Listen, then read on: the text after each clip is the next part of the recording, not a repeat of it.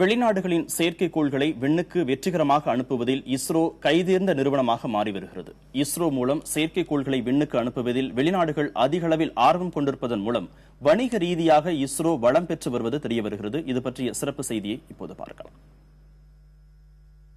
இஸ்ரோ எனப்படும் இந்திய விண்வெளி ஆராய்ச்சி நிறுவனத்தின் வணிக பிரிவான ஆண்ட்ரிக்ஸ் நிறுவனம் மேற்கொள்ளும் ஒப்பந்தத்தின் மூலம் 1999 ஆண்டு முதல் வெளிநாட்டு செயற்கைக்கோள்கள் விண்ணுக்கு செலுத்தப்பட்டு வருகின்றன. முதலாக ஜெர்மனி மற்றும் கொரியாவைச் சேர்ந்த 2 செயற்கைக்கோள்களை 1999 ஆண்டு வெற்றிகரமாக அனுப்பியதன் மூலம் வர்த்தக ரீதியிலான பயணத்தை இஸ்ரோ தொடங்கியது.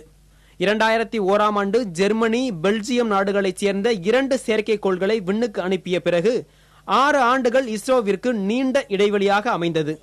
அதன் பின்னர் இந்தோனேஷியா, அர்ஜென்டினா, இத்தாலி நாடுகளைச் சேர்ந்த 3 செயற்கைக்கோள்களை 2007 ஆண்டு இஸ்ரோ விண்ணில் செலுத்தியது. 2008 கனடா, ஜப்பான், நெதர்லாந்து உள்ளிட்ட நாடுகளைச் சேர்ந்த 9 செயற்கைக்கோள்களை விண்ணுக்கு அனுப்பிய இஸ்ரோ படிப்படியாக முன்னேறி இந்த ஆண்டு சிங்கப்பூர் செயற்கைக்கோள்கள் உட்பட மொத்தம் 17 செயற்கைக்கோள்களை விண்ணுக்கு ஏவியிருக்கிறது.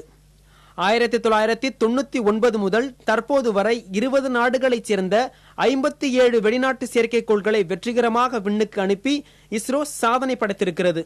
வெளிநாட்டு செயற்கைக்கோள்களை விண்ணுக்கு செலுத்துவதில் கடந்த நிதியாண்டில் சுமார் 1700 கோடி ரூபாய் வருவாயும், நடப்பாண்டில் இதுவரை சுமார் 1500 கோடி ரூபாய் வருவாயும் இஸ்ரோவிற்கு கிடைத்திருக்கிறது. இது விண்வெளித்துறை வணிக ரீதியாக வளம் பெற்று வருவதை காட்டுவதாக விஞ்ஞானிகளும் அறிவியலாளர்களும் தெரிவிக்கின்றனர். 57 செயற்கைக்கோள்களையும் PSLV ராக்கெட் மூலமே இஸ்ரோ ஏவியிருக்கிறது என்பது மற்றொரு சிறப்பம்சமாகும். மற்ற நாடுகளில் இருந்து செயற்கைக்கோள்களை அனுப்புவதை காட்டிலும் இஸ்ரோவின் மூலம் அனுப்பும் செலவு குறைவு. வெளிநாடுகளின் செயற்கைக்கோள்களை சுமந்து செல்லும் ராக்கெட் ஏவும் திட்டங்கள் அனைத்தும் வெற்றி பெற்றுள்ளன.